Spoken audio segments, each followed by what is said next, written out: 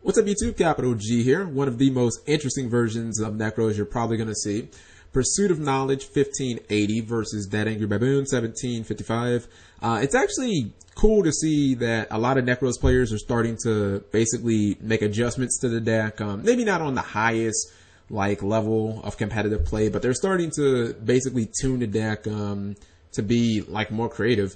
All right, so you see, he started off with Hand Destruction, and he actually ended up banishing or ended up discarding a Shriek, and it was a Nekroz spell. I forget which one it is.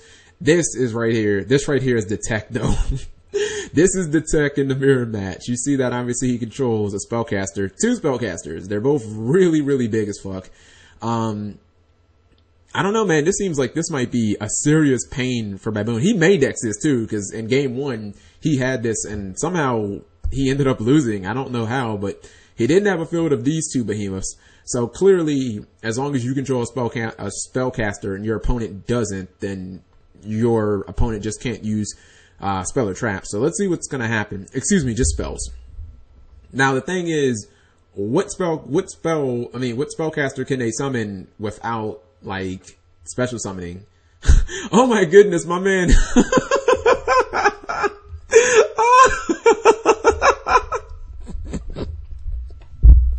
Oh my god.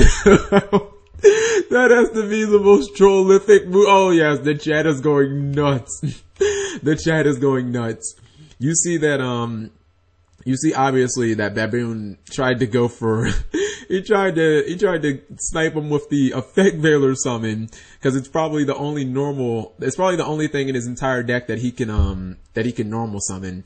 Outside of what, Dance Princess and the old mage card, well, I guess Dance Princess is a spellcaster. I think, what's it called? Valk is a spellcaster too, so then I would assume that his younger version is a spellcaster as well.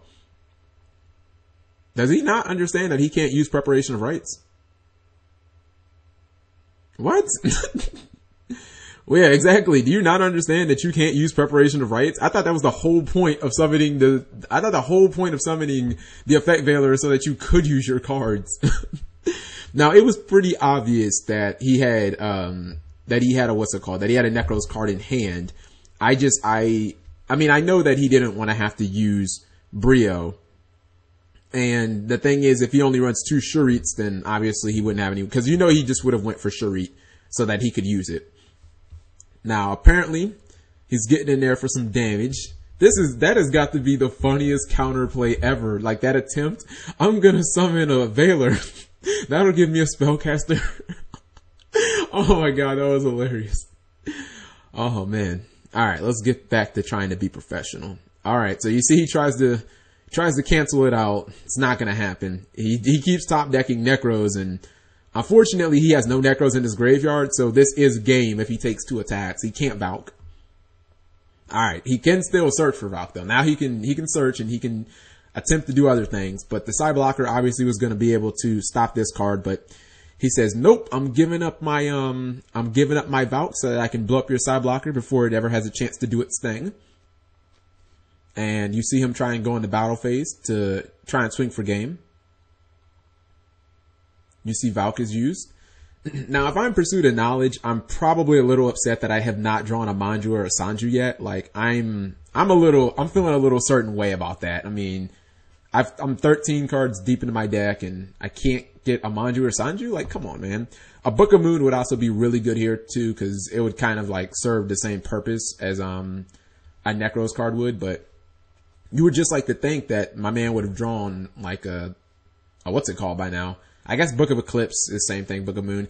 And oh my goodness, it actually works. That has got to be the trolliest. I just wanted, yeah, exactly. Oh my god. You guys let me know if that's a legitimate win condition or not. So we've got the Djinn lock out there, and now apparently we have the Secret Village Ganir lock, where you summon Ganir and then your opponent can't play Yugioh because their spellcasters have to be special summoned. The problem is they can't special summon them without using spells, so that's kind of an issue.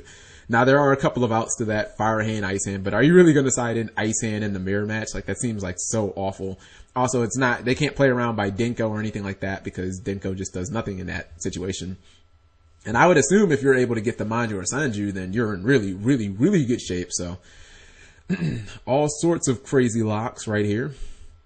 Let's see what happens. Will Baboon risk that play happening again? Will he end up going first to basically try and stop that Secret Village play? Because, I mean, granted, your opponent does have to draw into it, but he seems to be drawing into it. So this deck does have a lot of search power, and you gotta remember, they can still summon Valk and generally, like, you know, use it to draw 2 more cards. So, you know, there's a chance that even if they don't draw it in their opening 5 cards, that Valk can give them 2 more cards and that they can essentially, you know, draw it out that way.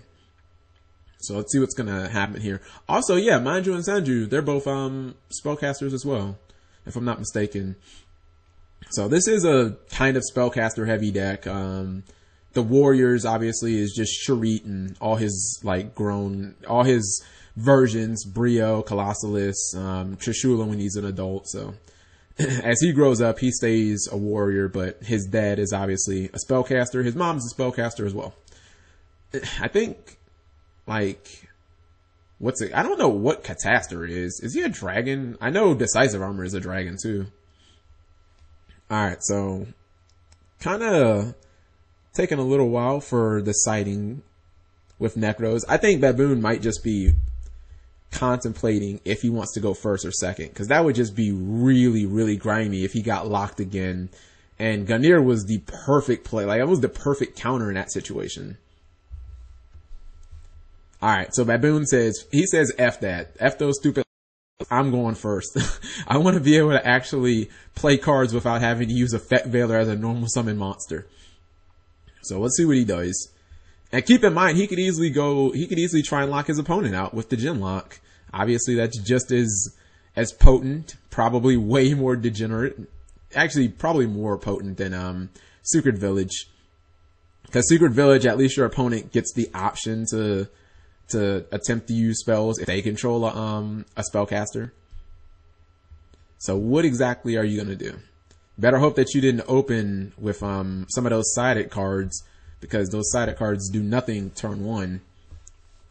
And with Pursuit of Knowledge's deck, him running hand destructions and all type of crap, you never know what you're going to get out of this guy. You could end up having to discard your Valks that you leave in your hand, and then your opponent might end up going off and just wrecking you, like basically OTKing you. So let's see what's going to happen. He opens up with Unicorn. I always like the, what's it called? I always find it interesting. I always constantly look at card prices when I'm watching Dueling Network and doing these duels, just to see what's fluctuating, what's going up, what's going down. So you see he does get a Valk, and then he's going to Brio for... It's going to Brio for Sharit. Okay, fair enough. He then plays Cycle using Sharit, I guess, to summon Valk. Yeah, of course. Whoop, that's one Valk out of his deck. He'll add another Brio that he'll probably use next turn. And then I guess he'll launch both of them. Okay, so it looks like he's going to launch both of his guys and then search out a spell. Ends with 5 cards in Brio, pretty much where he started with, or where he started from. The thing is, you have already used one of your Valks though, so you could only have 1 left in your deck. Some people only play 2 Valks, so yeah, if you use Valk turn 1 going first, the chances of you having Valk are like really, really slim, especially if you use Brio that turn and you can't search Valk. Like, I mean, if I'm thinking about it, it's like I might want to try and go for an OTK or something. So he banishes Cycle, and I believe that was Unicorn. To get what? Oh, okay. Guess he's going to banish a ton to get to. All right. Fair enough. So he ended up getting 6 cards. At least this way, if his opponent plays hand destruction, he can get rid of his spells and not his monsters and actually draw, what's it called? Draw monsters. I think he only has 1 Nekroz card in his graveyard, and I think it is the Valk. So he adds Mirror and probably another Kaleidoscope. Nope, Cycle. Guess he wants to be able to get back that what's it called, that Valk. So he ends up with a nice +1, but do like keep into consideration that 2 of those cards are spells in his hand, so he could be completely dead or like susceptible to a secret village. So he trades in Valk for 2 cards. That's kind of cool. Although, what other 8s are you really running in this deck? Then he activates Brio for Sharit. Now, I wonder if he probably drew the Brio, because otherwise, wouldn't you Brio first and then want to draw cards? Like, I would assume so. Yeah, to try and put yourself closer to your secret village. He activates Cycle to summon his Valk back. Now he's going to get his search on. And Pursuit of Knowledge is probably going to be the first player to do some damage in this game, because Baboon has an open field and he only has like 1 Nekroz in his graveyard. So it's like, do you really want to banish your only Nekroz? So it looks like he's going to attack. Baboon will probably just have to eat it. Or maybe not. I don't know. Everybody seems to be summoning their Valks in this match. Valk seems to be the guy that is constantly getting summoned. Alright, so he's going to tribute Valk and Trishula to draw 2 more cards.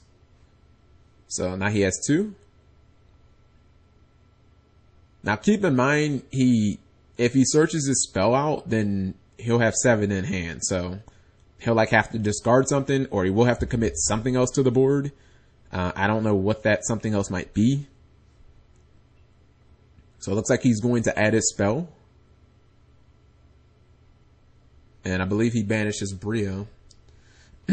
So he adds the Nekroz Mirror. Hand Destruction. Play it. Oh, Terraforming. This game might get real now. My man's playing Terraforming. Why is Secret Village, why is that card so damn expensive though? I think it came out in Crossroads. Alright, so he activates Nekroz Mirror. Oh, he has the Gungnir play again. Summons it in defense mode. Obviously not wanting to let Ice Hand crash into it. He plays that Secret Village and says, "It's on you, brother." This can be really bad, because we saw in the first game, or we saw in game 2, we saw in game 2, Baboon just couldn't play Yugioh. This was really, really bad. Because you have to think, if he keeps normal summoning, he has 4 cards in hand. All he has to do is just constantly pitch them and just keep popping the monsters. You see him normal summon a Fet Veiler. I expect him to immediately blow that card up. And just as pathetic as it was in game 2, it's pretty pathetic here too. He activates Book of Eclipse, which he can't do. That's an illegal play, and decides, I'm gonna flee. Yeah, he wouldn't be able to activate Book of Eclipse because Secret Village of the Spellcasters just says no. And, oh my goodness. You can clearly see that the chat is going nuts.